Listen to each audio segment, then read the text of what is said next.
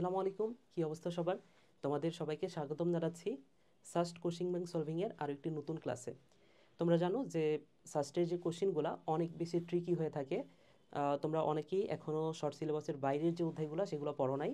So আজকের ক্লাসে তোমরা একটা ওভারঅল ধারণা পাবা যে শর্ট সিলেবাস এবং শর্ট সিলেবাসের বাইরের যে অধ্যায়গুলো সেগুলো থেকে কী টাইপের কোশ্চিন আসে, এবং সাস্টে কিন্তু বায়োলজি থেকেও বেশ কিছু ম্যাথমেটিক্যাল বিষয় চলে আসে। ওকে, যদিও বায়োলজিতে কোনো ম্যাথ নাই, তবে সাস্টের বেশ কিছু কোশ্চিন এমন আছে যেগুলোতে ম্যাথ মানে ক্যালকুলেটর ইউজ করতে হয় আর কি। ওকে, সো আসো আজকের ক্লাসটা আমরা শুরু করি। আজকে আমরা বোটানির বেশ কয়েকটা অধ্যায় পড়ব প্রথম থেকে। আসো আমরা শুরু করি তাহলে। আমাদের আজকের ক্লাসের প্রথম যে কোশ্চিনটা, প্রথম অধ্যায়টা কোষ এবং এর গঠন। প্রথম যে প্রশ্নটা একটু খেয়াল করে দেখো ভাইয়া, বংশ কোনটি ডিএনএ এর কাজ? ওকে, সরি, কোনটি ডিএনএ এর কাজ নয়?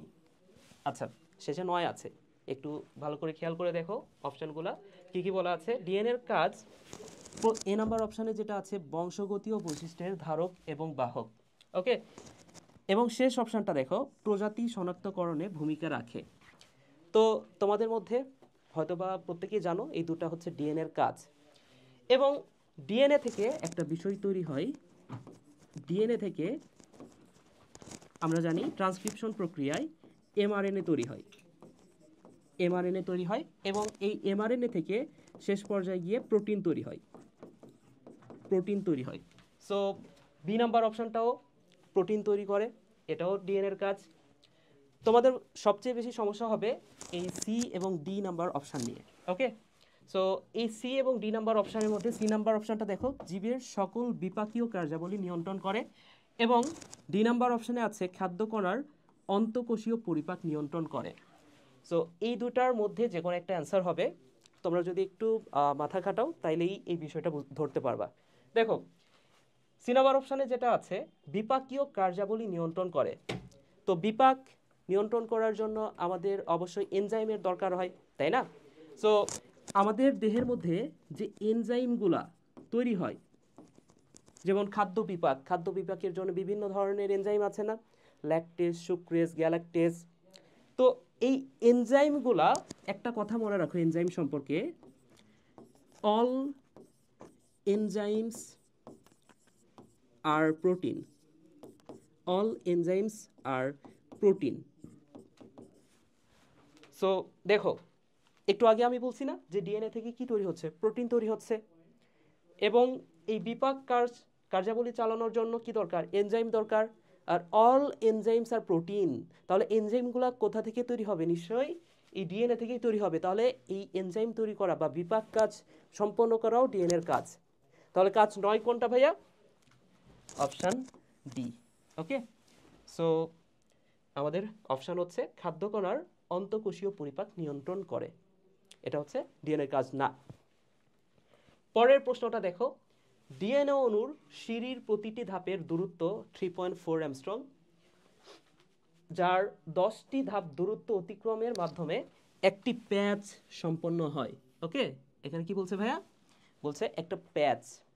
সো প্যাচ বিষয়টা কি, এটা তোমাদের একটু ভালো করে বোঝা দরকার।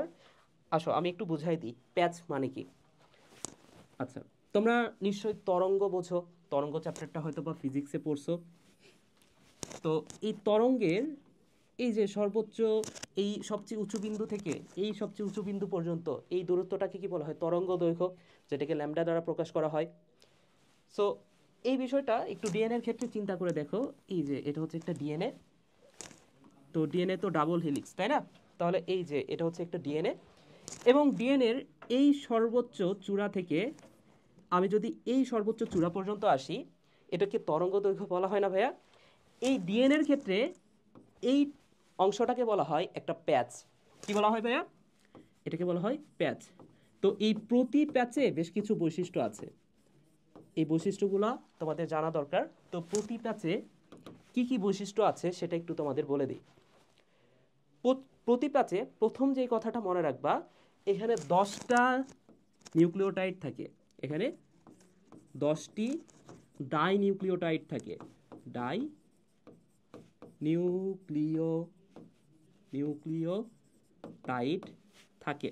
ওকে, সো এই নিউক্লিওটাইড বিষয়টা কি, এটা তোমরা প্রত্যেকেই হয়তো বা জানো যে অ্যাডেনিন এবং থায়ামিন এদের মধ্যে একটা সম্পর্ক আছে এবং এই দুটা হাইড্রোজেন বন্ধন দ্বারা যুক্ত।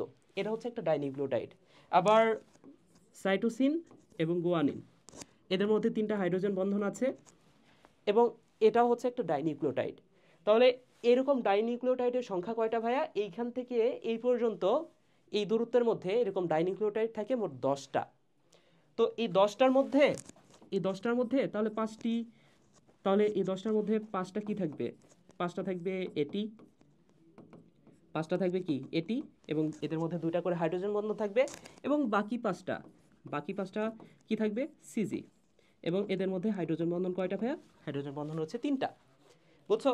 তাহলে প্রতি প্যাচে কি থাকে? 10টা নিউক্লিওটাইড থাকে, এর মধ্যে 5টা এটি, 5টা সিজি। এরপর আসো, এই প্যাচের আরেকটা বৈশিষ্ট্য আছে। প্যাচের আরেকটা বৈশিষ্ট্য হচ্ছে এইখানে হাইড্রোজেন বন্ধনের সংখ্যা কয়টা? এই যে যেমন এটির মধ্যে 2টা করে হাইড্রোজেন বন্ধন আছে, তাহলে মোট হাইড্রোজেন বন্ধন কয়টা? তাহলে তোমাকে যদি প্রশ্ন করে যে এখানে হাইড্রোজেন বন্ধন কয়টা থাকে ভাইয়া, এখানে হাইড্রোজেন বন্ধন থাকে মোট 25টা। ঠিক আছে, একটু হিসাব করলে তোমরা পেয়ে যাবা কিভাবে 25টা হয়। এখানে 5টা এটি থাকে, 5টা সিজি থাকে, একটু হিসাব করলে দেখতে পাবা হাইড্রোজেন বন্ধন মোট কয়টা ভাইয়া? 25টা। এরপরে যে কথাটা, এইখান থেকে এই পর্যন্ত দূরত্ব কত? দূরত্ব হচ্ছে 34 অ্যামস্ট্রং। এতটুকুর দূরত্ব হচ্ছে 34 অ্যামস্ট্রং। তবে তোমাকে যদি প্রশ্ন করে যে পরপর 2টা নিউক্লিওটাইডের মধ্যে দূরত্ব কত, বা পরপর 2টা ডাইনিউক্লিওটাইডের মধ্যে দূরত্ব কত, তাহলে দেখো তো এখানে মোট এইখান থেকে এই পর্যন্ত মোট কয়টা নিউক্লিওটাইড আছে? 10টা। এবং এই পুরাটার দৈর্ঘ্য হচ্ছে 34 অ্যামস্ট্রং। কিন্তু তোমাকে যদি বলে যে পরপর 2টা নিউক্লিওটাইডের মধ্যে দূরত্ব কত, তাহলে 10 দ্বারা ভাগ করবা জাস্ট। ওকে, তাহলে যদি তোমাকে পরীক্ষা এইভাবে বলে যে পরপর 2টি নিউক্লিওটাইডের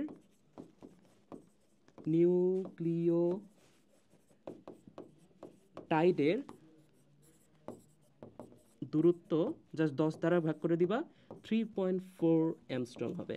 ক্লিয়ার ভাইয়া?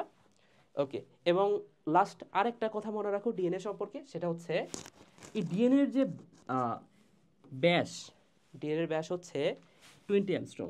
এটাও মনে রাখো, ডিএনএর যে ব্যাস মানে হচ্ছে এইখান থেকে এই পর্যন্ত যে দূরত্ব, সেটা হচ্ছে 20 অ্যামস্ট্রং। বুঝতে পারছো? ওকে, সো আশা করি এই ইনফরমেশনগুলো মনে থাকবে। তাহলে আসো আমরা একটু এই প্রশ্নটার দিকে আসি। প্রশ্নটাতে কি বলছে দেখো। প্রশ্নটাতে বলছে যে ডিএনএ অণুর প্রতিটা ধাপের দূরত্ব 3.4 অ্যামস্ট্রং। তাহলে প্রতিটা ধাপের দূরত্ব মানে কি? প্রতিটা ধাপ মানে হচ্ছে এই যে একটা নিউক্লিওটাইড, এখানে ধরে নাও, সরি ভাইয়া, ওকে, সো ধরে নাও এখানে কি আছে? এখানে এ আর টি আছে। আমি একটু কালারটা চেঞ্জ করে নিই। এখানে আছে কি এ, এখানে আছে টি। তাহলে এইখানে ধরে নাও সি আছে, এখানে জি আছে। তো এদের মধ্যে এই যে এ থেকে সি পর্যন্ত এতটুকুর দূরত্ব হচ্ছে 3.4 অ্যামস্ট্রং। অর্থাৎ এই যে পরপর 2টা নিউক্লিওটাইডের দূরত্ব দেওয়া আছে, এতটুকুর দূরত্ব 3.4 অ্যামস্ট্রং। ওকে, আচ্ছা, এরপরে বলছে যার 10টি ধাপ দূরত্ব অতিক্রমের মাধ্যমে একটা প্যাচ হয়। তাহলে এরকম 10টা ধাপ অতিক্রম করলে কি একটা প্যাচ? তাহলে একটা প্যাচের পুরা প্যাচের দৈর্ঘ্য কত হবে? এই 3.4কে যা 10 দ্বারা গুণ করো, তাহলে এই পুরা প্যাচের দৈর্ঘ্যটা পাওয়া যাবে। তাহলে এই পুরা প্যাচের দৈর্ঘ্যটা কত পাবো? 10 দ্বারা জাস্ট গুণ করো, তাহলে প্যাচের দৈর্ঘ্য আমরা পাবো 34 অ্যামস্ট্রং। তাই না ভাইয়া? আচ্ছা, এরপরে বলছে একটি ডিএনএ অণুর দৈর্ঘ্য 6.4 × 10⁴ অ্যামস্ট্রং হলে তাতে কয়টি প্যাচ বিদ্যমান হবে? তাহলে মোট প্যাচের সংখ্যা বের করতে বলছে। তাহলে পুরা ডিএনএর দৈর্ঘ্যটা দেওয়া আছে, আর আমরা একটা প্যাচের দৈর্ঘ্য জানি। তাহলে পুরা দৈর্ঘ্যটাকে একটা প্যাচের দৈর্ঘ্য দ্বারা ভাগ করব, তাহলে কি মোট কয়টা প্যাচ থাকে আমরা পেয়ে যাব, তাই না? তাহলে এখানে মানটা কত দেওয়া আছে দেখো ভাইয়া, 6.4 × 10⁴ ডিভাইডেড বাই 34 আচ্ছা, আমি 34 না লিখে 3.4 ইন্টু 10 লিখি, তাহলে আমাদের ক্যালকুলেশনে অনেক বেশি সুবিধা হবে। ঠিক আছে, তাহলে আমরা যদি ক্যালকুলেশন করি, এই ক্যালকুলেশনটা এটাই হচ্ছে মোট প্যাচের সংখ্যা, মোট প্যাচ। বুঝতে পারছো? আশা করি বুঝছো তোমরা। ওকে, সো মোট প্যাচ কত হবে দেখো, এই 10, আচ্ছা যদিও ক্যালকুলেটর থাকবে, তারপরেও অন্যান্য কোনো ভার্সিটিতে তো ক্যালকুলেটর থাকবে না, তো সেই ক্ষেত্রে কীভাবে মুখে মুখে অ্যান্সার করতে পারো সেটা আমি একটু দেখাই দিই। দেখো, এই 10 কাটা, তাহলে কত থাকে 10⁻3, তাই না? আর এই পাশে কত থাকে ভাইয়া দেখো, আমরা যদি এই 6.4 এটাকে 3.4 দ্বারা ভাগ করি তাহলে কত হয় দেখো তো। আচ্ছা, 3 ডাবল করো তো কত হয়, 3.4 এ ডাবল করলে এখানে 6.8 আসে, তাই না? অর্থাৎ ডাবল করলে তো 2 হইতো, এখানে ডাবল করলে কত হতো, 2 হইতো, কিন্তু 2 এর একটু কম হবে। হ্যাঁ, 2 এর একটু কম হবে, কত হবে, 1.8 সামথিং হবে। ওকে, সো অপশানে তো 1.8 নাই, তাহলে 1.8-এর সবচেয়ে কাছাকাছি মান কোনটা ভাইয়া? 1.8-এর সবচেয়ে কাছাকাছি মান এই যে 2 আছে, ঠিক আছে? সো এইটাই হচ্ছে অ্যান্সার। তাহলে অ্যান্সার কত ভাইয়া? অ্যান্সার হচ্ছে এ। বুঝছো? তাহলে আমরা অ্যান্সারটা দেখে নিই। দেখো, অ্যান্সার হচ্ছে এ। পরের প্রশ্নটা দেখো কি বলছে, আবারও একটা ম্যাথ। দেখছো সাস্টে তোমার যদি কোনো কিছু ম্যাথ দেওয়ার অপশান থাকে, মানে ম্যাথ দেওয়ার সুযোগ থাকে, সেখান থেকে কিন্তু সাস্টে ম্যাথ চলে আসতেছে, বুঝছো? যেমন ডিএনএর এই বিষয়গুলো থেকে ম্যাথ দেওয়ার পসিবিলিটি আছে। সো তোমরা এই ম্যাথগুলা একটু ভালো করে দেখবা যারা সাস্টে এক্সাম দিবা। ওকে, সো পরের প্রশ্নটা কি বলছে দেখো, একটি প্রাণী কোষে 6 × 10⁹ এটা 6 × 10⁹ বপ মান হচ্ছে বেস পেয়ার, বপ মান হচ্ছে বিপি, আর বিপি মান হচ্ছে বেস পেয়ার। তো এই 6 × 10⁹ বেস পেয়ার ডিএনএ ধারণ করে। একটি টিস্যু এরূপ 1000টি কোষ নিয়ে গঠিত, তাহলে কোষের সংখ্যা কটা একটা টিস্যুতে? 1000টা। টিস্যুটির ডিএনএর দৈর্ঘ্য কত হবে? তাহলে টিস্যুর ডিএনএর দৈর্ঘ্য চাইছে, অর্থাৎ 1000টা কোষে ডিএনএর দৈর্ঘ্য চাইছে। তাহলে 1000টা কোষের ডিএনএ দৈর্ঘ্য জানার জন্য আমাদের একটা কোষের ডিএনএ দৈর্ঘ্য ফার্স্টে জানতে হবে। সো আমাদের ইনফরমেশন কী দেওয়া আছে সেটা আমরা একটু দেখি। আমাদের ইনফরমেশন দেওয়া আছে বেস পেয়ার। ইনফরমেশন কী দেওয়া আছে ভাইয়া? ইনফরমেশন দেওয়া আছে একটা ডিএনএর দৈর্ঘ্য 6 × 10⁹ বেস পেয়ার। সো মোট বেস পেয়ারের সংখ্যা দেওয়া আছে, একটা ডিএনএর মধ্যে মোট কতগুলা বেস পেয়ার আছে। এখন বেস পেয়ার মানে কি সেটা একটু তোমাদেরকে বলে দিই।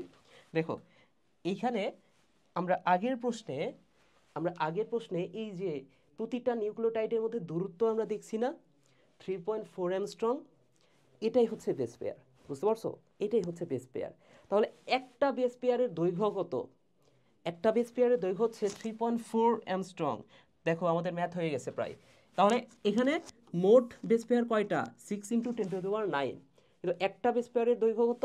তাহলে একটি বেস পেয়ার এর দৈর্ঘ্য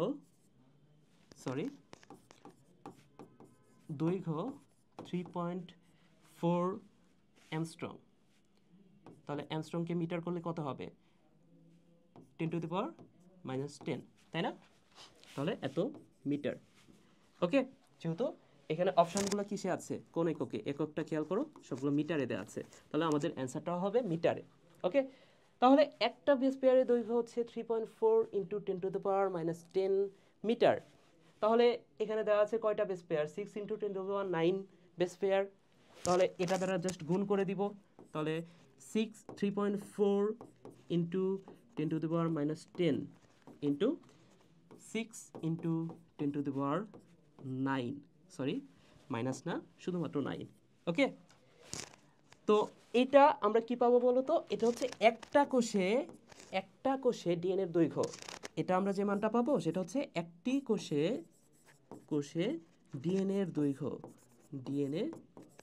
এর দৈর্ঘ্য আমরা পাবো এইখান থেকে। ক্লিয়ার? আচ্ছা, সো আমাদেরকে একটা কোষ অ্যান্সার করলে হবে? আমাদের বলছে কি 1000টা কোষ। সো তাহলে আমরা যদি 1000টা কোষ বা একটা টিস্যুর বের করতে চাই, তাহলে এটার সাথে আমাদের কি করতে হবে বলো তো ভাইয়া? তাহলে এই যে 3.4 × 10⁻10 ইন্টু 6 ইন্টু 10⁻9 ইন্টু 1000। সো এটা ক্যালকুলেশন করলে যে মানটা আসবে সেটা হবে অ্যান্সার। তো ক্যালকুলেশনটা তোমরা মুখেও করতে পারো, তোমরা একটু চেষ্টা করো। দেখো এখানে কত আছে, এখানে আছে 9, এখানে আছে 10, তাহলে এটা কত থাকে 3.4 ইন্টু এই যে এটা হচ্ছে 6 ইন্টু 10⁻−1, 10 9 কাটা গেলে কত থাকে 10⁻−1 ইন্টু 1000 ইন্টু 1000। ওকে, সো এইখানে 6 আর 3.4 বা 3.5 যদি কোণ করো, 3 6 18 আর 0.4 এর জন্য তুমি সামথিং একটা মনে মনে ধরে নাও যে এটা হচ্ছে 18 আর 0.4 ইন্টু 6 কোণ করলে কত হয়, 20 এর কাছাকাছি হয়, ধরে নাও 20। ওকে, সো 20 ইন্টু 10⁻−1 ইন্টু 1000। ওকে, সো এটা কত হয় এখন তোমরা ইজিলি বের করতে পারবা, 2 ইন্টু 10⁻3 অ্যান্সার হবে। ওকে, সো 2 ইন্টু এই যে ডি নাম্বার অপশনটা হচ্ছে অ্যান্সার, তাহলে অ্যান্সারটা হচ্ছে ডি। ওকে ভাইয়া, আশা করি বুঝতে পারছো। পরের প্রশ্নটা একটু খেয়াল করে দেখো, পরের প্রশ্নটা কি বলছে। ডিএনএ থাকে, দেখো ডিএনএ দিয়ে কতগুলো প্রশ্ন আছে, অনেকগুলো প্রশ্ন, তাহলে ডিএনএ সাস্টের জন্য কত গুরুত্বপূর্ণ বুঝতে পারছো। ডিএনএ এর A to Z যা কিছু আছে সব পড়তে হবে। আচ্ছা, তো ডিএনএ কোথায় কোথায় থাকে সেটা আমি একটু তোমাদেরকে বলে দিই। ডিএনএ অবশ্যই সেটা ক্রোমোজোমের ভেতরে থাকে, আর ক্রোমোজোম থেকে নিউক্লিয়াসে, তার মানে কি নিউক্লিয়াসে ডিএনএ আছে, নিউক্লিয়াস এখানে ডিএনএ আছে। এছাড়া এখানে আরও কিছু অপশান আছে, দেখো নিউক্লিয়াস, মাইটোকন্ড্রিয়া, এইখানেও ডিএনএ আছে। হ্যাঁ, তাহলে এখানে নিউক্লিয়াস আরেকটা হচ্ছে মাইটোকন্ড্রিয়া,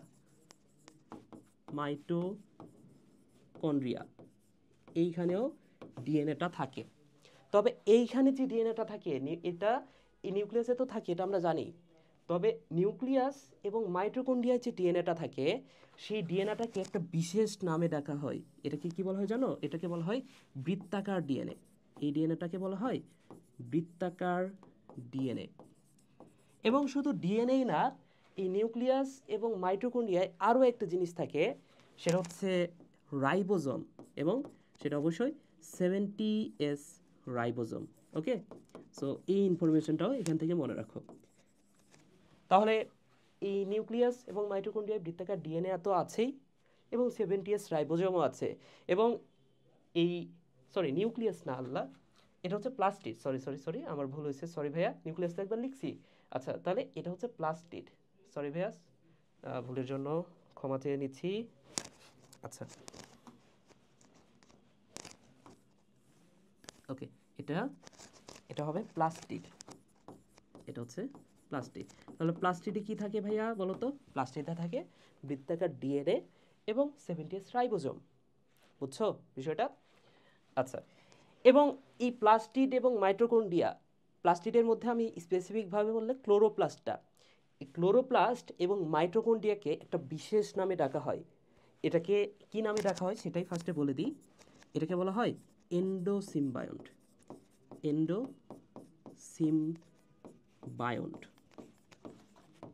এটাকে বলা হয় এন্ডোসিম্বায়ন্ট। তো সিম্বায়োসিস কথাটার অর্থ কি? মিথজীবিতা, তাই না? আর এন্ডো কথাটার অর্থ হচ্ছে ভেতরে। তো এই দুইটা অঙ্গাণু প্রকৃত কোষের মধ্যে মিথজীবী হিসেবে বসবাস করে, এটা বিজ্ঞানীরা মানে বলে আর কি। সো যেহেতু কোষের ভেতরে বা প্রকৃত কোষের ভেতরে এরা মিথজীবী হিসেবে অবস্থান করে, এই কারণে এদেরকে বলা হয় এন্ডোসিম্বায়ন্ট। বুঝছো? সো এইখান থেকে আমরা কি দেখতে পাইলাম? এখান থেকে আমরা দেখতে পাচ্ছি যে এই ডিএনএটা নিউক্লিয়াসে থাকতে পারে, আবার বৃত্তাকার ডিএনএ মাইটোকন্ড্রিয়াতেও থাকতে পারে, আবার প্লাস্টিডেও থাকতে পারে।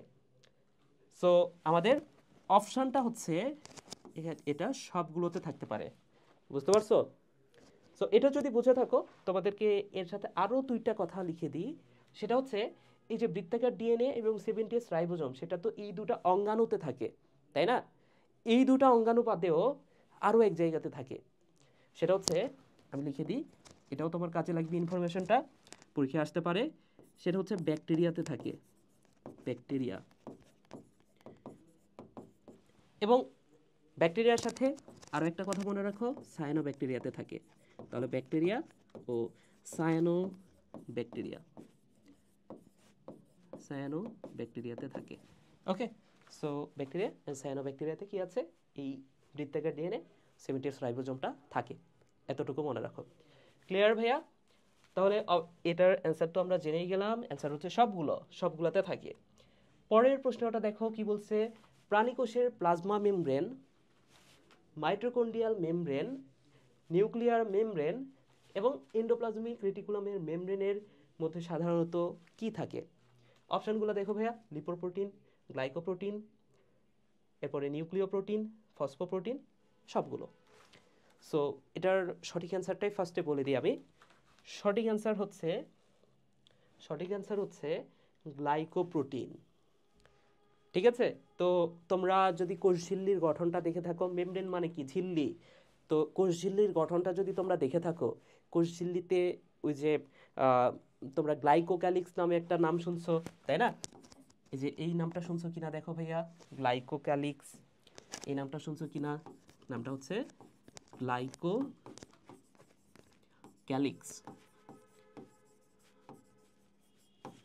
সো এই গ্লাইকোক্যালিক্সের মধ্যে আছে গ্লাইকোলিপিড। এই গ্লাইকোক্যালিক্সের মধ্যে কি আছে? গ্লাইকোলিপিড, গ্লাইকোলিপিড এবং গ্লাইকোপ্রোটিন, গ্লাইকোপ্রোটিন। সো এই দুইটা নামের সাথে তোমরা হয়তোবা পরিচিত। এর কারণ হচ্ছে আমরা এর গঠনে দেখেছিলাম, কোষঝিল্লির গঠনে, যে প্রোটিনের সাথে যদি কোনো কার্বোহাইড্রেট যুক্ত থাকে, কার্বোহাইড্রেটের কোনো শৃঙ্খল, সেটাকে বলা হয় গ্লাইকোপ্রোটিন। আর এই লিপিডের সাথে যদি কার্বোহাইড্রেটের শৃঙ্খল যুক্ত থাকে, সেটাকে বলা হয় গ্লাইকোলিপিড। বুঝছো? এবং এই গ্লাইকোলিপিড অ্যান্ড গ্লাইকোপ্রোটিন, এই দুটাকে একত্রে বলা হয় গ্লাইকোক্যালিক্স। তাহলে দেখো কোষঝিল্লিতে তাহলে কি আছে? ঝিল্লিতে অবশ্যই এই গ্লাইকোপ্রোটিনটা আছে। তাহলে অপশন হচ্ছে, অ্যান্সার হচ্ছে বি। বুঝছো বিষয়টা? আমি এটা ছাড়াও এই মেমব্রেনে আর কি থাকে, বিশেষ করে ওই যে কোষঝিল্লির গঠনে আর কি থাকে, সেটাও তোমাদেরকে একটু মনে করায় দিতে চাই। তাহলে এটা তো একটা থাকেই, এটা তো আছেই। 2 নাম্বার হচ্ছে ফসফোলিপিড থাকে, ফসফোলিপিডের যে বাইলেয়ার, ফসফোলিপিড বাইলেয়ার থাকে। ওকে, 3 নাম্বার প্রোটিন থাকে। 4 নাম্বার এখানে থাকে কোলেস্টেরল,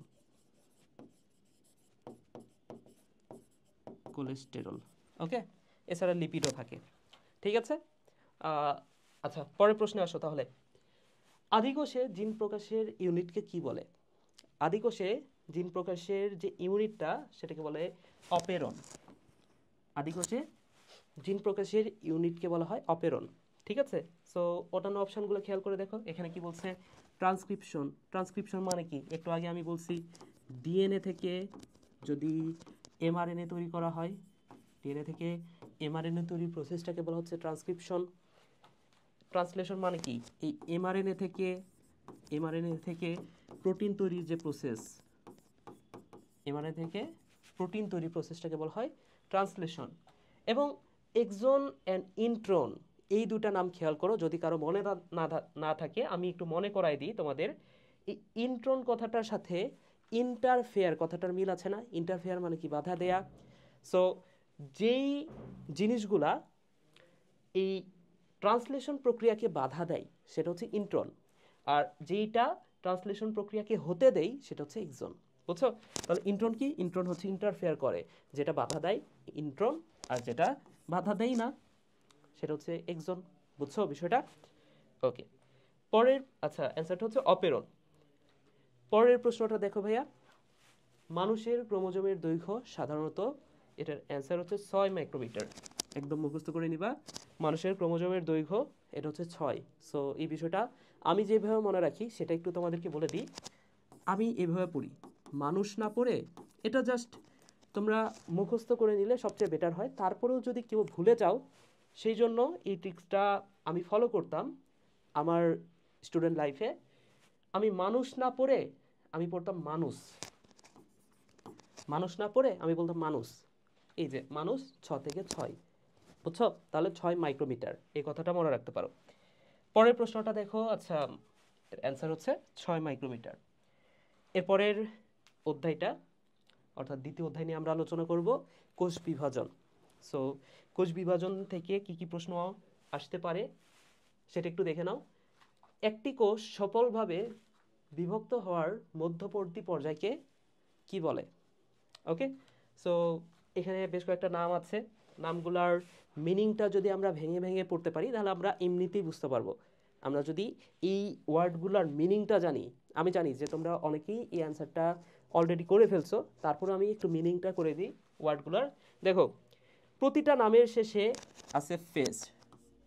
এখানে প্রতিটা নামের শেষেই কি আছে ভাইয়া? প্রতিটা নামের শেষে আছে ফেজ।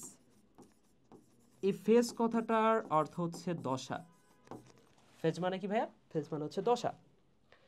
সো এইটার নামের শুরুতে কি আছে দেখো, নামের শুরুতে আছে প্রো। প্রো মানে কি? প্রো মানে হচ্ছে আদি, তাহলে প্রোফেজ, আদি দশা। মেটা কথাটার অর্থ হচ্ছে মাঝে, মেটা মানে হচ্ছে মাঝে। সো এই মেটাফেজ মানে কি? মেটাফেজ মানে হচ্ছে মাঝের দশা। অ্যানা কথাটার অর্থ হচ্ছে গতি, তাহলে অ্যানাফেজ মানে গতি দশা। টেল কথাটার অর্থ হচ্ছে প্রান্ত। টেল মানে কি? লেজ। তো একটা গরুর কথা চিন্তা করো, গরুর লেজটা কি সামনে থাকে না পেছনে থাকে? পেছনে থাকে, প্রান্তের দিকে থাকে, তাহলে টেল টেল মানে হচ্ছে প্রান্ত। তাহলে প্রান্তের যে দশা সেটা হচ্ছে টেলোফেজ। এবং তোমরা ইন্টারমিডিয়েটে পড়ছো, ইন্টার কথাটার অর্থ হচ্ছে কোনো কিছুর মাঝে। যেমন তুমি এসএসসি দিছো এবং এইচএসসি দিছো, এই মাঝের পর্যায়টাকে বলা হচ্ছে ইন্টারমিডিয়েট, তাই না? তাহলে এসএসসি আর এইচএসসির মাঝে ইন্টারমিডিয়েট। সো ইন্টারফেজ মানে কি? ইন্টারফেজ মানে হচ্ছে এই যে মধ্যবর্তী পর্যায়, মধ্যবর্তী পর্যায় কে বলা হচ্ছে ইন্টারফেস। ওকে, সো আমাদের ইন্টার মানে হচ্ছে মাঝে বা মধ্যবর্তী। সরি, এটাও তো মাঝে, তাই না? এটা হচ্ছে মধ্যবর্তী, মধ্যবর্তী। তো অ্যান্সারটা হচ্ছে ডি। ওকে, অ্যান্সারটা হচ্ছে, কারেক্ট অ্যান্সার হচ্ছে ডি। এবং একটা কথা আমি বলে দিই এই ইন্টারফেস সম্পর্কে। ইন্টারফেজের যে নিউক্লিয়াস, ইন্টারফেস এই সময়টার যে নিউক্লিয়াস সেটাকে বলা হয় বিপাকীয় নিউক্লিয়াস। ওকে, এই কথাটা মনে রাখতে পারো যে ইন্টারফেজের নিউক্লিয়াসকে বলা হয়, ইন্টারফেজের নিউক্লিয়াসকে বলা হয়, নিউক্লিয়াসকে বলা হয় বিপাকীয় নিউক্লিয়াস, বিপাকীয় নিউক্লিয়াস। ক্লিয়ার ভাইয়া? ওকে, ইন্টারফেজের নিউক্লিয়াস যেটা সেটাকে বলা হয় বিপাকীয় নিউক্লিয়াস। পরের প্রশ্নটা দেখো কি বলছে, কি ধরনের কোষ বিভাজনের ফলে ক্যান্সার হয়? সো ক্যান্সার, এটার একটা ওয়ার্ড মিনিং আমি বলে দিই। ক্যান্সার, মনে রাখো বায়োলজিতে যদি কোথাও দেখো অনক শব্দটা আছে, এই অনক কথাটার অর্থ কিন্তু ক্যান্সার, বুঝছো? যেমন আমি যদি বলি অনকোলজি, অনকোলজি মানে ক্যান্সার বিদ্যা, ক্যান্সার সম্পর্কিত জ্ঞান। আমি যদি বলি অনকোজেনেসিস, অনকোজেনেসিস, তাহলে এই ওয়ার্ডটা খেয়াল করে দেখো, নামের একদম শেষ অংশে আছে সিস, নামের শেষ অংশে আছে সিস। এই সিস মানে সিস্টার না, এই সিস কথাটার অর্থ হচ্ছে প্রক্রিয়া। সো সিস আছে, তার মানে এটা হচ্ছে একটা প্রক্রিয়া। জেনেসিস মানে তৈরির প্রক্রিয়া। জেনেসিস মানে কি ভাইয়া? তৈরির প্রক্রিয়া। এবং অঙ্ক মানে তো আমরা বলছি ক্যান্সার, তাহলে অনকোজেনেসিস মানে ক্যান্সার তৈরি প্রক্রিয়া। সো এখানে কি বলছে, কি ধরনের কোষ বিভাজনের ফলে ক্যান্সার হয়? আচ্ছা, এখানে এ নাম্বার অপশান হচ্ছে অনিয়ন্ত্রিত মাইটোসিসের ফল, অনিয়ন্ত্রিত মাইটোসিস।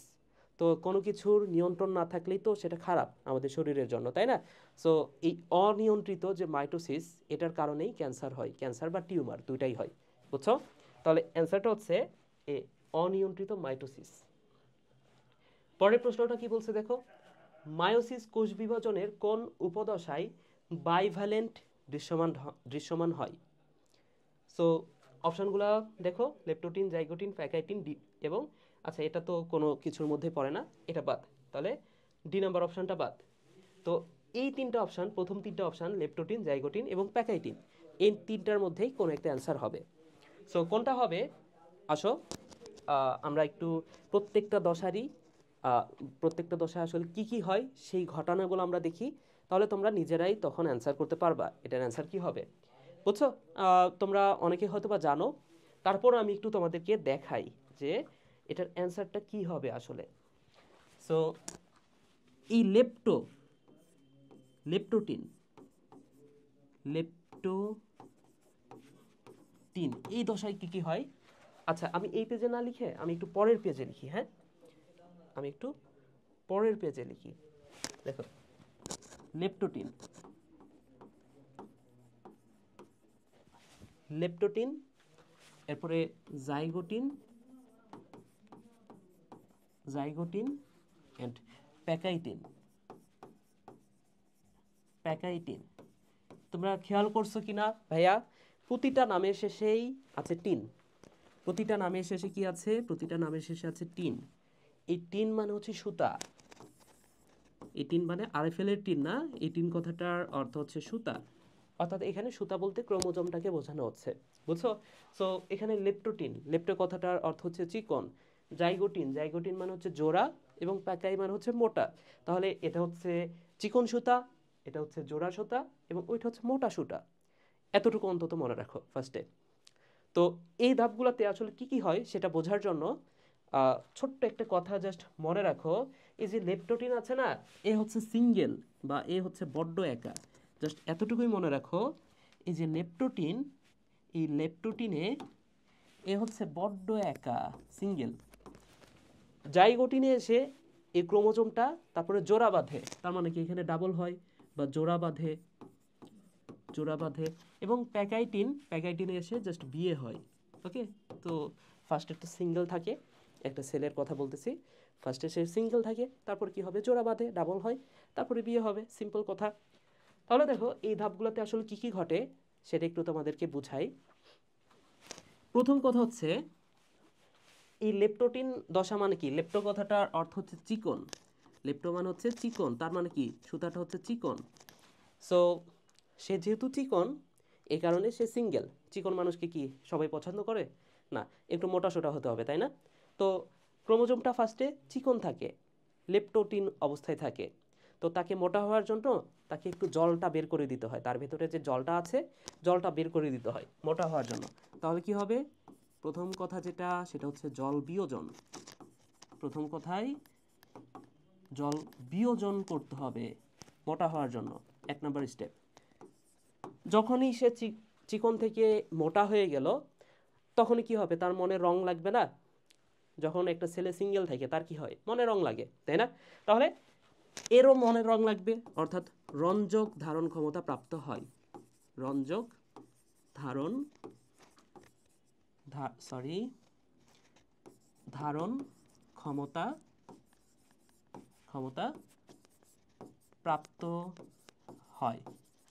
আচ্ছা, 3 নম্বর যে কথাটা মনে রাখো, যখনই কেউ কারো মনে রং লাগে তখনই কি সে আশেপাশের মানুষের চোখে দৃষ্টিগোচর হয়। কোন একটা ছেলেকে, ওই ছেলের মনে যদি রং লাগে, আশেপাশের মুরব্বী মানুষেরা দেখলেই বলে না যে ছেলেটা মনে রং লাগছে।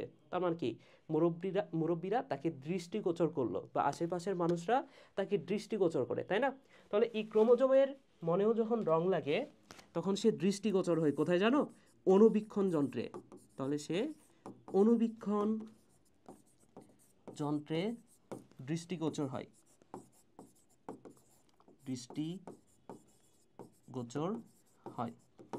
আচ্ছা, এরপরে 4 নম্বর যে কথাটা, যারা একটু সিঙ্গেল এই বয়সে কিন্তু একটু ব্রণ ট্রন ওঠে মুখে, তাই না? যারা সিঙ্গেল তাদের মুখে একটু ব্রণ ওঠে। সো এই ক্রোমোজোমেরও মুখে ব্রণ ওঠে।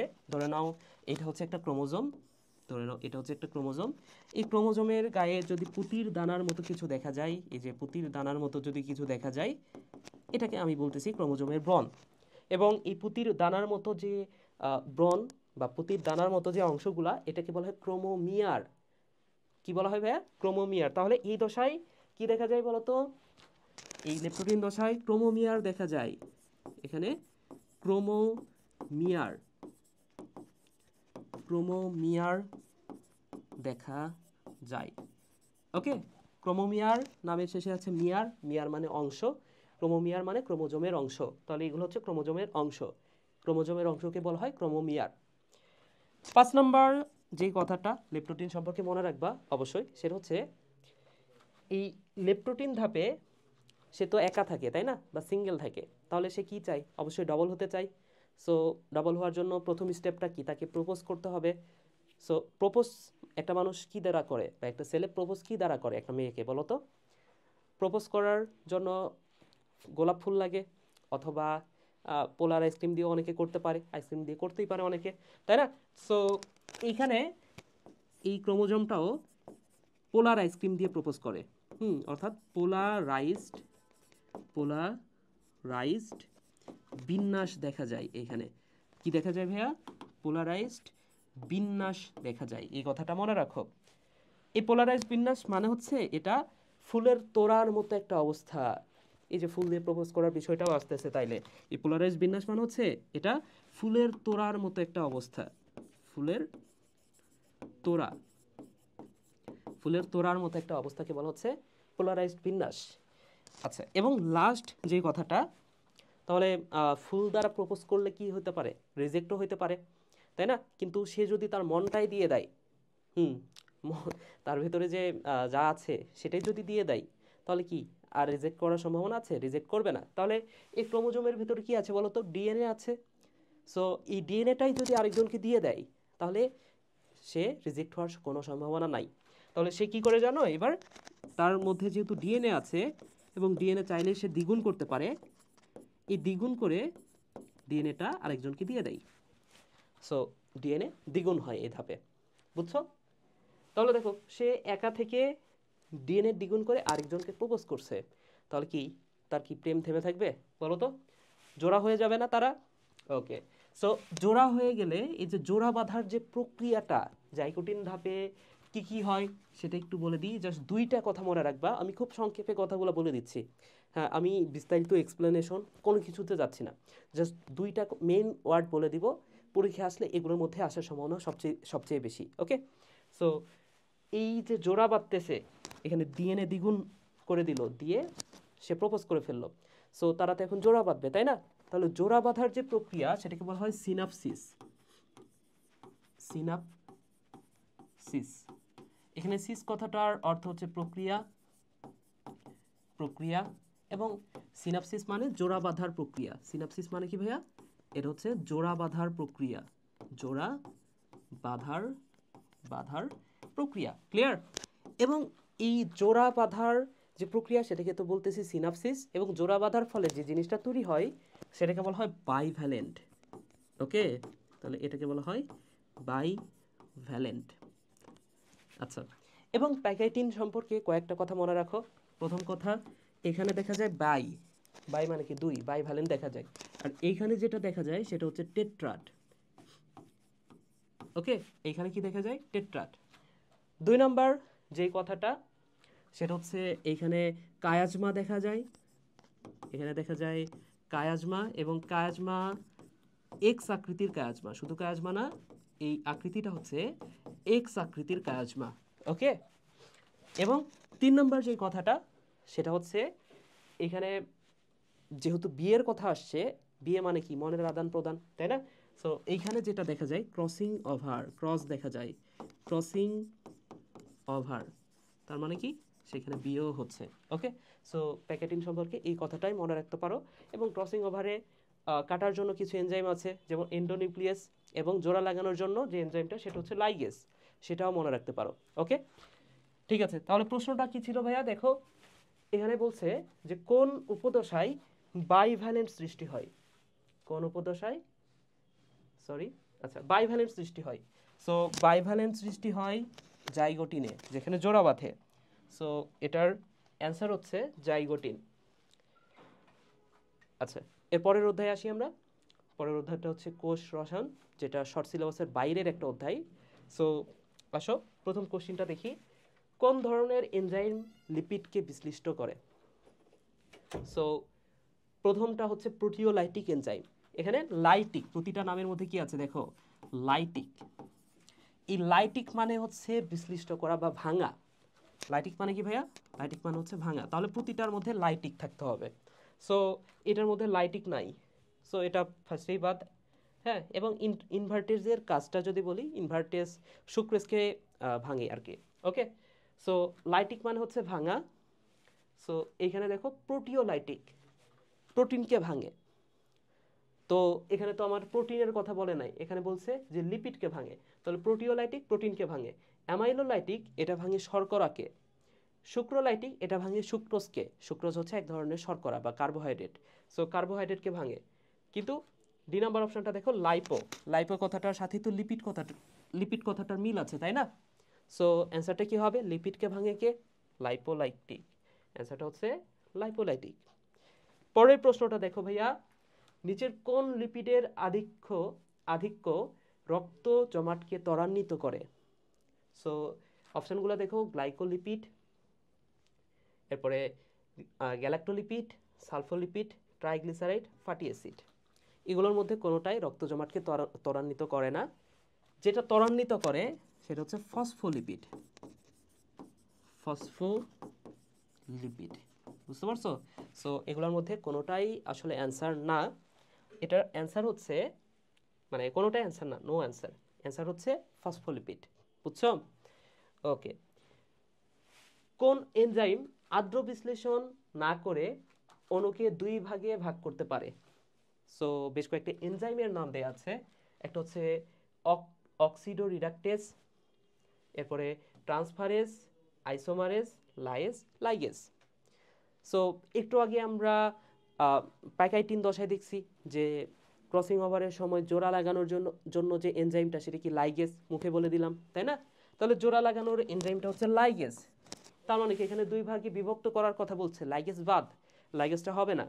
আচ্ছা, সো লাইগেজটা হবে না। এরপরে দেখো অক্সিডো রিডাকটেস। অক্সিডেশন, রেডক্স বিক্রিয়া নিশ্চয়ই শুনছো। রেডক্স, এখানে রেড মানে হচ্ছে রিডাকশন আর অক্স মানে হচ্ছে অক্সিডেশন। সো এখানে অক্সিডো রিডাকটেস মানে যেটা অক্সিডেশন রিডাকশন করে সেটা হচ্ছে অক্সিডো রিডাকটেস।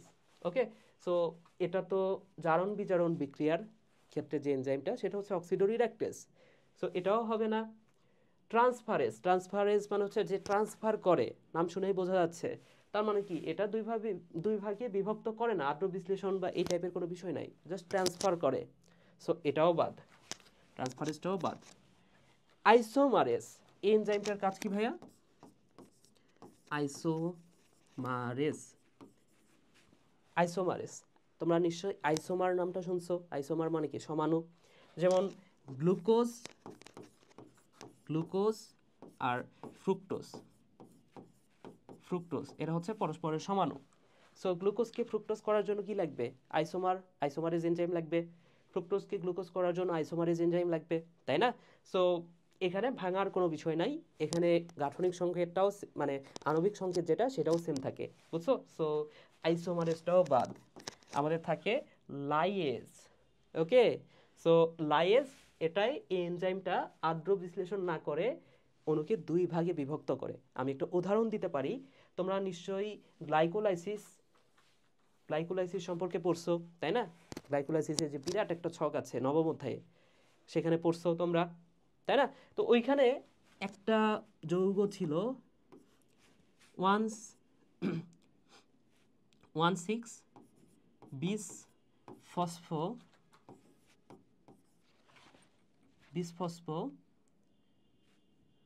Fructose, 1,6 বিসফসফো fructose. ওকে, সো এটা ভেঙে গেলে, এটা ভাঙার জন্য যে এনজাইমটা তোমাদের নিশ্চয় মনে আছে, অ্যালডোলেস, লেজ। সো এটা যদি ভেঙে যায়, এটা ভেঙে গেলে যেটা তৈরি করবে সেটা হচ্ছে 3 কার্বন বিশিষ্ট 2টা শর্করা। এবং 3 কার্বন বিশিষ্ট 2টা শর্করা বা ট্রায়োস, এটা 2 ধরনের হয়, একটা হচ্ছে গা, একটা হচ্ছে ধা। তোমাদের নিশ্চয়ই মনে আছে, আরেকটা হচ্ছে ধা, অর্থাৎ একটা হচ্ছে গ্লিসারালডিহাইড, আরেকটা হচ্ছে ডাইহাইড্রক্সি এসিটন। ওকে, সো এই হচ্ছে গাধা, এটা হচ্ছে তোমরা গ্লাইকোলাইসিসে পড়বা। সো এইখানে যে এই যে অ্যালডোলেজ যে এনজাইমটা, এই এনজাইমটা হচ্ছে এক ধরনের লাইজ এনজাইম। ওকে, অ্যালডোলেজ যেটা, এটা হচ্ছে এক ধরনের লাইজ এনজাইম। কেন লাইজ এনজাইম? কারণ দেখো এখানে কোনো ধরনের আদ্র বিশ্লেষণ হয় নাই, পানির কোনো বিষয় নাই, কোনো কিছু লাগে নাই, জাস্ট এটাকে 2টা ভাগে ভাগ করে ফেলছে, দ্যাটস ইট। ওকে, সো এটা হচ্ছে অ্যালডোলেজ, এটা হচ্ছে একটা লাইজ। আর লাইজ এনজাইম কি, যেটা আদ্র বিশ্লেষণ না করে অণুকে 2 ভাগে বিভক্ত করতে পারে, সেটা হচ্ছে লাইজ এনজাইম। ওকে, সো পরের প্রশ্নে আসি আমরা। দেহের বি কোষ এক্স নামক একটি পদার্থ তৈরি করে যা রোগ সৃষ্টিকারী বহিরাগত অণুজীব বা অণুকারক সরাসরি আক্রমণ করে নিষ্ক্রিয় করে। এর গঠন উপাদান কোনটি?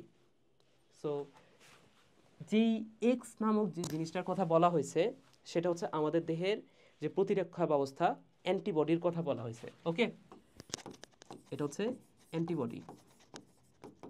এবং আমরা জানি যে অ্যান্টিবডি বহিরাগত যে অণুজীবগুলো আছে বা ক্ষতিকারক যে পদার্থগুলা, সেগুলোকে বিনষ্ট করে দেয় বা সেগুলোকে ধ্বংস করে দেয়, ঠিক আছে। এবং এই অ্যান্টিবডি এটা গঠিত হয় গ্লাইকোপ্রোটিন দ্বারা। বুঝছো ভাইয়া? এটা গঠিত হয় কি দ্বারা? গ্লাইকোপ্রোটিন দ্বারা। তাহলে অ্যান্সারটা হবে বি, গ্লাইকোপ্রোটিন। সো পরের প্রশ্ন আসি। ক্রোমোজোমে কয় ধরনের নিউক্লিক অ্যাসিড পাওয়া যায়?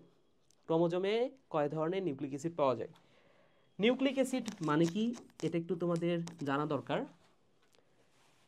এই নিউক্লিক অ্যাসিড, এই নামটা হয়তোবা তোমরা শুনছো, তবে কোথায় শুনছো এটা হয়তোবা অনেকে বলতে পারবা না, অনেককে জিজ্ঞেস করলে এটা পারে না আর কি।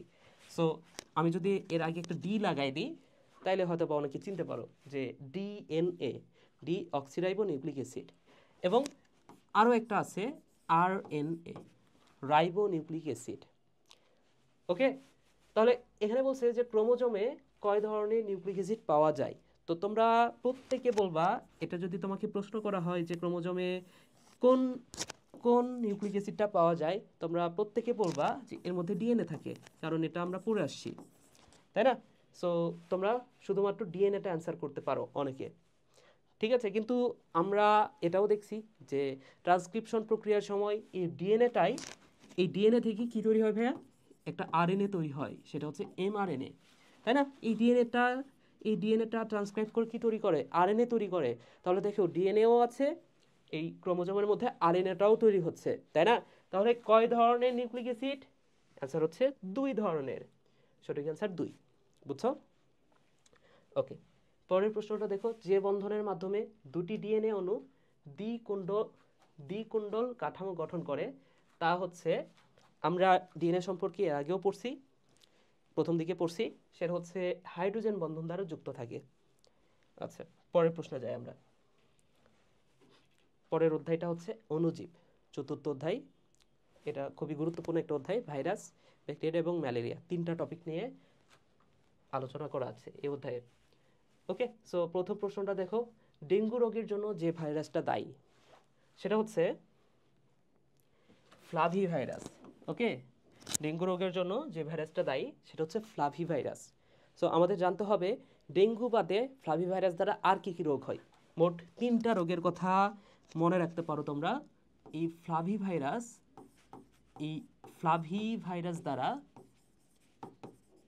দ্বারা ডেঙ্গু ছাড়াও আরও 2টা রোগ হয়।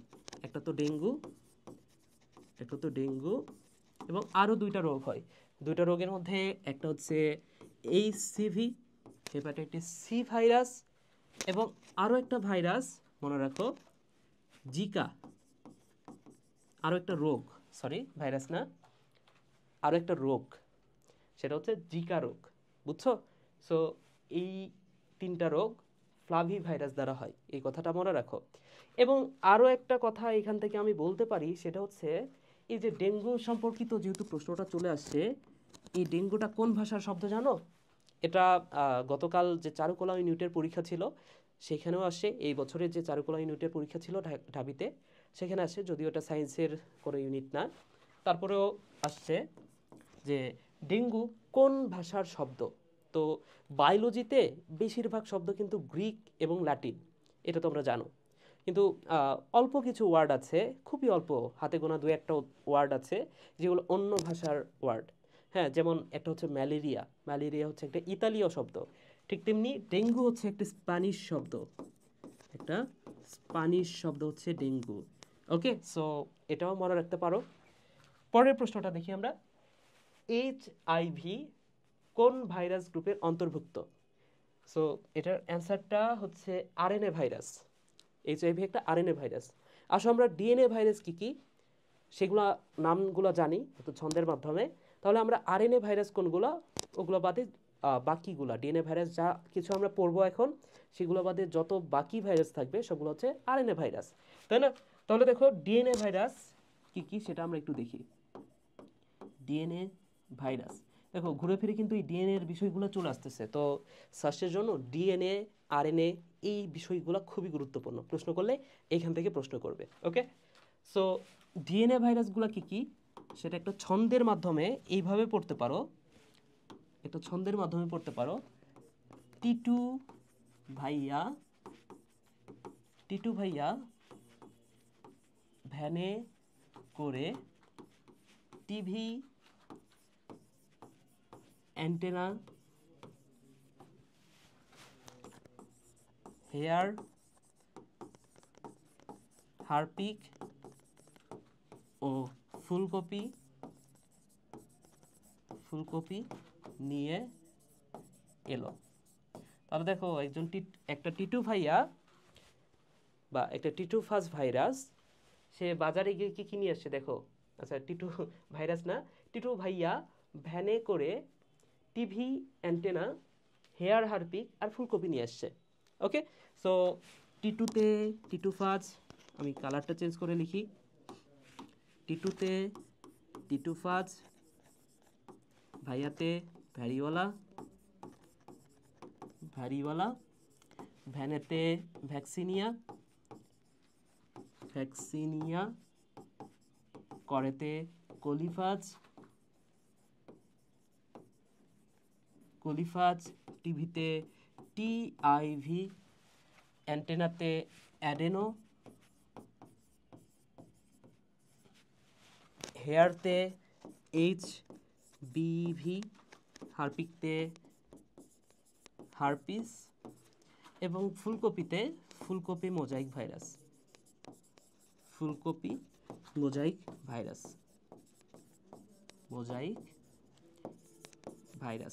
ওকে, সো এই ভাইরাসগুলাকে বলা হয় ডিএনএ ভাইরাস।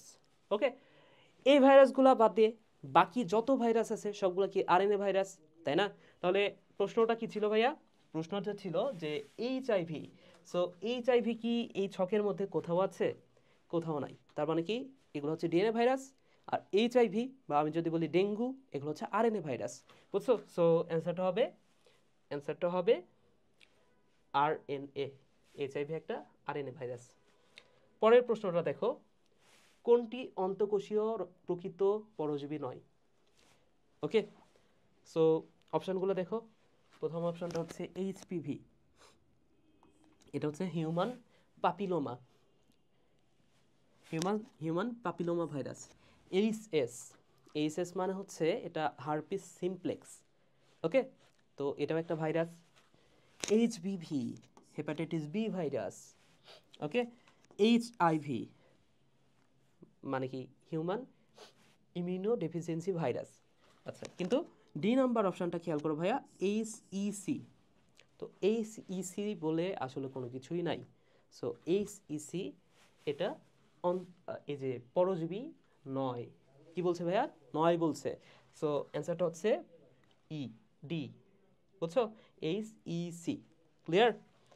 পরের প্রশ্নটা দেখো, একটি জীব পরীক্ষা করে দেখা গেল এর ক্রোমাটিন বডিতে নিউক্লিক অ্যাসিড থাকলেও প্রোটিন নেই, এবং ribosome 30S and 50S R RNA দ্বারা গঠিত। ওকে, তাহলে জীবটা কি হবে আসলে? তো এখানে 30S এবং 50S তোমরা হয়তোবা জানো যে রাইবোজোম এটা দুই ধরনের হতে পারে, একটা 80S রাইবোজোম এবং আরেকটা হচ্ছে 70S রাইবোজোম। সো 80S রাইবোজোমকে ভাঙলে আমরা দুইটা উপ একক পাই। উপ এককগুলো হচ্ছে একটা 60S এবং আরেকটা হচ্ছে 40S। সো এই দুইটা উপ একক আমরা পাই। এবং 70Sকে ভাঙলে আমরা আরও দুইটা উপ একক পাই, একটা হচ্ছে 50S এবং আরেকটা হচ্ছে 30S, তাই না? সো এইখানে রাইবোজোমের যে কথাটা উল্লেখ করা আছে অর্থাৎ 30S অ্যান্ড 50S, এটা দ্বারা 70S রাইবোজোমটাকে বোঝানো হচ্ছে, বুঝছো? সো এটা যেই বিষয়টা প্রকাশ করে সেটা হচ্ছে 70S রাইবোজোম। সো আমরা এই অধ্যায়ের এই লেকচারের একদম শুরুর দিকে একটা পড়া পড়ছি না যে এই 70S রাইবোজোম এবং বৃত্তাকার ডিএনএ এটা কোথায় কোথায় থাকে? এটা থাকে ব্যাকটেরিয়া, এটা থাকে সায়ানোব্যাকটেরিয়া, এটা থাকে মাইটোকন্ড্রিয়া এবং এটা থাকে ক্লোরোপ্লাস্টে, তাই না? সো এটা এই 70S রাইবোজোমটা কোথায় থাকে ভাইয়া? এটা থাকে ব্যাকটেরিয়া এন্ড সায়ানোব্যাকটেরিয়াতে। ক্লিয়ার? সো এখানে সায়ানোব্যাকটেরিয়া না দিয়ে আরও একটা কথা বলতে পারতো, সেটাও বলে দিই তোমাদের। এখানে বলতে পারতো বিজিএ, ওকে, অথবা বিজিএ মানে হচ্ছে blue green algae, blue green algae, blue green algae, এটা হতে পারে। অথবা এটা আরও একটা নাম তো এখানে দেয়া আছে, সেটা হচ্ছে সায়ানোব্যাকটেরিয়া, অথবা এটা যদি বাংলা করা হয় নীলাভ সবুজ শৈবাল, সবুজ শৈবাল।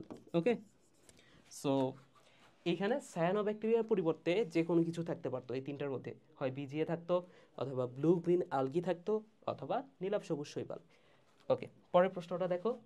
ওকে, অ্যান্সারটা হচ্ছে এ।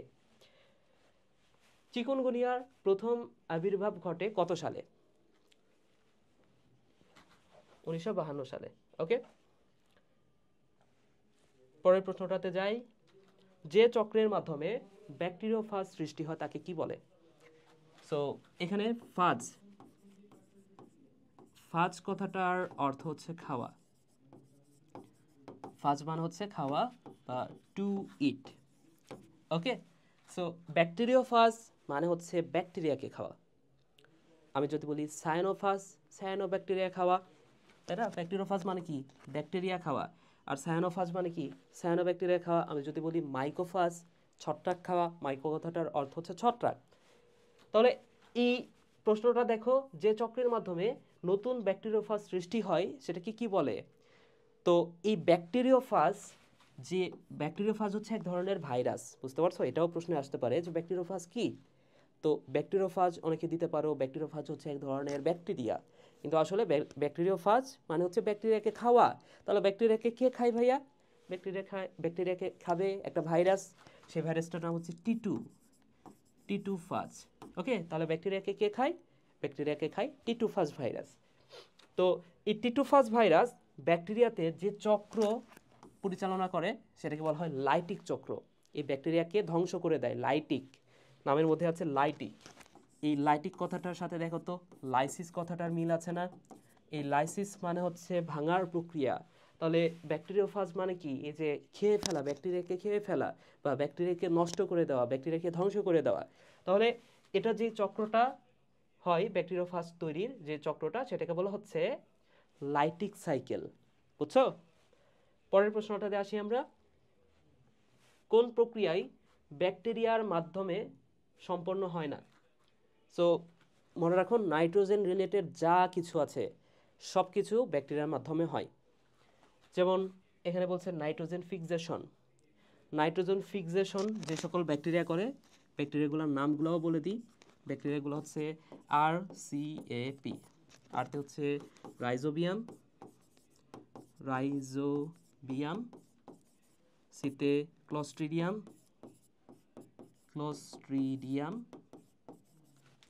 এতে হচ্ছে অ্যাজোটোব্যাক্টার, এবং পিতে সিউডোমোনাস। সিউডোমোনাস এই ব্যাকটেরিয়াগুলা নাইট্রোজেন ফিক্সেশন করে। সো এটা এই অপশানটা হবে না। এরপরে দেখো নাইট্রিফিকেশন। নাইট্রিফিকেশন মানে হচ্ছে NH3 কে NO3 মাইনাস করার প্রক্রিয়া, এটা হচ্ছে নাইট্রিফিকেশন। এবং নাইট্রিফিকেশন যে ব্যাকটেরিয়াগুলো করে, একটা হচ্ছে নাইট্রোসোমোনাস, নাইট্রোকক্কাস, নাইট্রোব্যাক্টার, 3টা ব্যাকটেরিয়া করে। ওকে, সো এটাও হবে না। পরের প্রশ্নটা দেখো, ডিনাইট্রিফিকেশন, নামের মধ্যে নাইট্রোজেন বিষয়টা আছে। সো নাইট্রোজেন রিলেটেড যা কিছু সব কিছু করে ব্যাকটেরিয়া। আচ্ছা, এরপর অ্যামোনিফিকেশন মানে হচ্ছে অ্যামোনিয়া তৈরির প্রক্রিয়া। সো এই নাইট্রোজেন দ্বারাই তো অ্যামোনিয়া তৈরি হয়, তার মানে কি এই অপশানটাও হবে না। তাহলে বাকি থাকে কি? অ্যাসিমিলেশন, তাই না? এটার অর্থ হচ্ছে আত্তীকরণ বা পরিপাক্য বলা যাইতে পারে, বুঝছো? সো এটা আত্তীকরণ করে না ব্যাকটেরিয়া। কোন প্রক্রিয়াটি ব্যাকটেরিয়ার মাধ্যমে সম্পন্ন হয় না? ব্যাকটেরিয়া পরিপাক করে না, বুঝছো? অর্থাৎ অ্যান্সার হচ্ছে বি। পরের প্রশ্নটা দেখো ভাইয়া। আচ্ছা, পরের প্রশ্ন না, অধ্যায়ে চলে আসো। ছত্রাক এবং শৈবাল। সো প্রথম প্রশ্নটা হচ্ছে নাইট্রোজেন সংবন্ধনকারী, এই যে নাইট্রোজেন ফিক্সেশন, এটা হচ্ছে নাইট্রোজেন সংবন্ধন, বুঝছো? সো নাইট্রোজেন সংবন্ধনকারী নীলাভ সবুজ শৈবাল মানে কি? একটু আগে আমরা পড়ছি সায়ানোব্যাকটেরিয়া। নীলাভ সবুজ শৈবালকে ধ্বংস করে জমিতে নাইট্রোজেনের পরিমাণ কমিয়ে দেয় যে ভাইরাস, সেটাকে কি বলা হয়? সো একটু আগে কিন্তু বিষয়টা পড়েই ফেলছি আমরা, ঠিক আছে? এখানে আমরা পড়ছি না একটু আগে যে ব্যাকটেরিওফাজ, একটু আগে আমরা পড়লাম না যে ব্যাকটেরিওফাজ মানে কি? ব্যাকটেরিয়াকে খাওয়া। তাহলে আমি যদি বলি মাইকোফাজ মানে হচ্ছে ছত্রাক খাওয়া। মাইকো কথাটার অর্থ হচ্ছে ছত্রাক। তাহলে ছত্রাক খাওয়া বা ছত্রাককে ধ্বংস করা, বুঝছো? আচ্ছা, ঠিক তেমনি আমি যদি বলি সায়ানোফাজ মানে হচ্ছে সায়ানো ব্যাকটেরিয়া ধ্বংস করা। তাহলে এখানে কি বলছে? নীলাভ সবুজ শৈবালকে ধ্বংস করে। তাহলে নীলাভ সবুজ শৈবাল মানেই তো সায়ানো ব্যাকটেরিয়া, তাই না? তাহলে যে ভাইরাস এই নীলাভ সবুজ শৈবাল বা সায়ানো ব্যাকটেরিয়াকে ধ্বংস করে, সেটাকে আমরা বলতে পারি সায়ানোফাজ, বুঝছো? তাহলে অ্যান্সারটা হবে এ, সায়ানোফাজ। ক্লিয়ার? পরের প্রশ্নটা দেখো কি বলছে। ভিনেগার প্রস্তুতকরণে দায়ী অণুজীবটা হচ্ছে, এখানে বেশ কিছু ব্যাকটেরিয়ার নাম দেওয়া আছে। ভিনেগার প্রস্তুত করার জন্য যেই জিনিসটা দায়ী সেটা হচ্ছে, এই যে দেখো, ল্যাক্টোবাসিলাস। নামের মধ্যে আছে ল্যাক্টো। এই ল্যাক্টো, এটা দরকার হয় দুগ্ধজাত বস্তু প্রস্তুতকরণের ক্ষেত্রে, বুঝছো? তাহলে এই ল্যাক্টো কথাটার অর্থ হচ্ছে দুধ। সো এটার সাথে ভিনেগারের কোনো সম্পর্ক নাই। আচ্ছা, এরপরে দেখো ব্যাসিলাস। নামের মধ্যে শিলা আছে। নামের মধ্যে কি আছে ভাইয়া? নামের মধ্যে আছে শিলা। তাহলে ব্যাসিলাস ব্যাকটেরিয়ার কাজ কি জানো?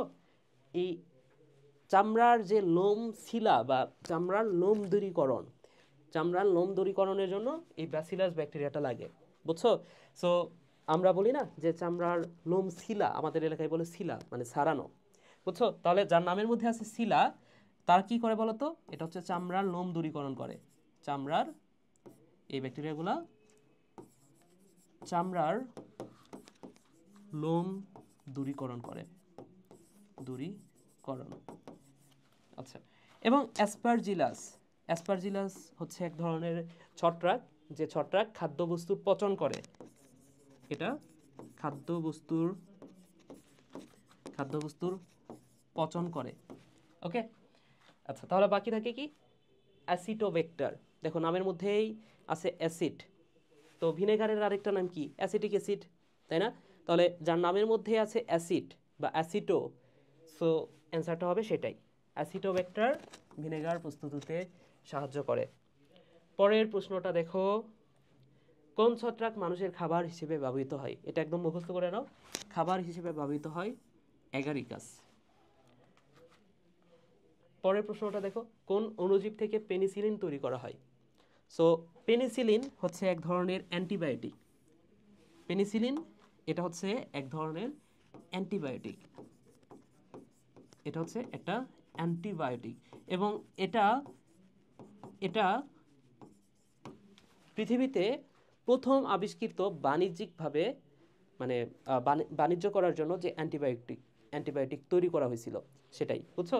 তাহলে প্রথম বাণিজ্যিক অ্যান্টিবায়োটিক, এটা হচ্ছে প্রথম প্রথম বাণিজ্যিকভাবে তৈরি করা হয়, বাণিজ্যিকভাবে এই অ্যান্টিবায়োটিকটাই তৈরি করা হয়, বুঝছো? সো এটা হচ্ছে পেনিসিলিন। এবং পেনিসিলিন সম্পর্কে আরেকটা কথা মনে রাখো, এটা নিশ্চয়ই ব্যাকটেরিয়া ধ্বংস করে। কোন ব্যাকটেরিয়ার উপর কাজ করে? Gram positive bacteria. So penicillin এটা কার উপর কাজ করে ভাইয়া? এটা কাজ করে গ্রাম পজিটিভ যে ব্যাকটেরিয়া, গ্রাম পজিটিভ ব্যাকটেরিয়ার উপর কাজ করে বা ব্যাকটেরিয়া ধ্বংস করে। সো তোমরা এভাবে পড়তে পারো যে পেনিসিলিন, সরি ভাইয়া, ওকে, তোমরা এভাবে পড়তে পারো, পথে পেনিসিলিন পথে পজিটিভ, ওকে, পথে পেনিসিলিন পথে পজিটিভ। সো এখানে প্রশ্নটা কি ছিল? কোন অণুজীব থেকে পেনিসিলিন তৈরি হয়? এটা তৈরি হয় ছত্রাক থেকে। তাহলে অ্যান্সারটা হচ্ছে ছত্রাক, অ্যান্সার হচ্ছে বি। এরপরে আসো, সালোক সংশ্লেষণে উৎপন্ন জৈব যৌগ কোন কলার মাধ্যমে পরিবাহিত হয়? অপশনগুলো দেখো ভাইয়া, প্রোটোজোয়া, ব্যাকটেরিয়া, ভাইরাস, ছত্রাক। এই চারটার একটাও সালোক সংশ্লেষণ করে না। তাহলে যে সালোক সংশ্লেষণ করে সেই তো এই খাদ্যগুলা বা জৈব যৌগ এটা কলার মাধ্যমে পরিবাহিত করবে। তাহলে সালোক সংশ্লেষণ করে এদের মধ্যে একমাত্র হচ্ছে শৈবাল। তাহলে এই শৈবালটাই এই জৈব যৌগগুলা পরিবাহিত করবে, বুঝছো? পরের প্রশ্নটা দেখো কি বলছে। পরের অধ্যায়টা হচ্ছে নগ্নবীজী এবং আবৃতবীজী উদ্ভিদ। তো এখানে একটা মাত্র প্রশ্নই আছে, কোন উদ্ভিদ পোয়েসিয়া গোত্রের অন্তর্ভুক্ত নয়? তাহলে পোয়েসিয়া গোত্র এটাকে বলা হয় ঘাস গোত্র, পোয়েসিয়া গোত্র এটাকে বলা হয় ঘাস গোত্র, বুঝছো? তো পোয়েসিয়া গোত্রের উদ্ভিদগুলো কি কি? ধান, গম, ভুট্টা, আখ, এগুলো হচ্ছে পোয়েসিয়া গোত্রের উদ্ভিদ। তাহলে দেখো তো এখানে অপশনগুলো কি কি আছে। অরিজা স্যাটিভা, এটা হচ্ছে ধানের বৈজ্ঞানিক নাম, ট্রিটিকাম ভালগার, এটা হচ্ছে গম, জিয়ামায়াস, এটা হচ্ছে ভুট্টা। এরপরে এই যে সিনোডন ড্যাকটাইলন, এটা হচ্ছে দুর্বা ঘাস। ওকে, সো এগুলো হয়তো বা তোমাদের কাছে এখন ডাল ভাত, এগুলো তোমরা অনেক বেশি পড়ছো। হ্যাঁ, তো এই নামগুলো জানো। এবং শেষ যে অপশানটা এটা অবশ্যই অ্যান্সার হবে, যেহেতু ধান, গম, ভুট্টা, ঘাস এগুলো হচ্ছে পোয়েসিয়া গোত্রের উদ্ভিদ। তাহলে অ্যান্সারটা হচ্ছে ডি। তো এই ডিতে যে উদ্ভিদটা বলা আছে, তাহলে অ্যান্সারটা হচ্ছে ডি। এবং ডিতে যে উদ্ভিদটা, এটা হচ্ছে কার্পাস তুলা, এটা কার্পাস তুলার বৈজ্ঞানিক নাম, এটা আমি যেভাবে মনে রাখি সেটা একটু তোমাদেরকে বলে দিই। নামের মধ্যে আছে দেখো গসিপিয়াম, নামের মধ্যে আছে গসিপ মানে কি ভাইয়া? গসিপ মানে হচ্ছে খোশ গল্প করা। সো তুলা দিয়ে কি তৈরি করা হয়? তুলা দিয়ে বসার জন্য বেড তৈরি করা যেতে পারে, তাই না? সো তুলার উপর বসে, বা সোফাও তুলা দিয়ে তৈরি করা হয়। তাহলে সোফার উপর বসে বা তুলার উপর বসে গসিপ করি বা খোশ গল্প করি, বুঝছো? সো তুলার উপর বসে খোশ গল্প করি, গসিপ করি, এভাবে আমি মনে রাখি। ক্লিয়ার বিষয়টা? সো এইটা পোয়েসিয়া গোত্রের উদ্ভিদ না, এটা হচ্ছে মালভাসিয়া গোত্রের উদ্ভিদ, এই কথাটা মনে রাখো। মালভাসিয়া গোত্রের আরও কিছু উদ্ভিদ আছে, যেমন মেস্তাপাট, কেনাক মেস্তাপাট, এরপরে জবা, ঢেঁড়স, স্থলপদ্ম, টিউলিপ ফুল, মরিচ ফুল, এগুলো হচ্ছে মালভাসিয়া গোত্রের উদ্ভিদ। ওকে, সো থ্যাংক ইউ, আজকে আমাদের ক্লাস শেষ। হ্যাঁ, তোমরা হয়তোবা খেয়াল করেছো যে প্রশ্নগুলা মোটামুটি একটু অন্যরকম কোশ্চিন, বেশ কিছু কোশ্চিন আছে যেগুলো অন্যান্য ভার্সিটির সাথে মিলতেছে না, এই সাস্টের কোশ্চিনগুলো, বুঝছো? কিন্তু একটু যদি তোমরা মাথা ঠান্ডা রেখে একটু চিন্তা করো 2 মিনিট, তাহলে কিন্তু এই সাস্টের যে কোনো কোশ্চিন তোমরা কিন্তু সহজে অ্যান্সার করতে পারবা। এবং আজকের ক্লাসে আমরা এমনভাবে পড়েছি যে শুধুমাত্র যে কোশ্চিনগুলো অ্যান্সার সলভ করেছি, বিষয়টা এমনও না। আমরা যে কোনো কোশ্চিন সম্পর্কে ডিটেলসে পড়েছি, যাতে ওই টপিকগুলো থেকেই কিন্তু প্রশ্ন হবে এই বছর, বুঝছো? সো পুরা ক্লাসটা যদি দেখে থাকো, আশা করি তোমরা অনেক বেশি উপকৃত হয়েছো। ওকে, ঠিক আছে ভাইয়ারা, ভালো থাকো তাহলে, টাটা।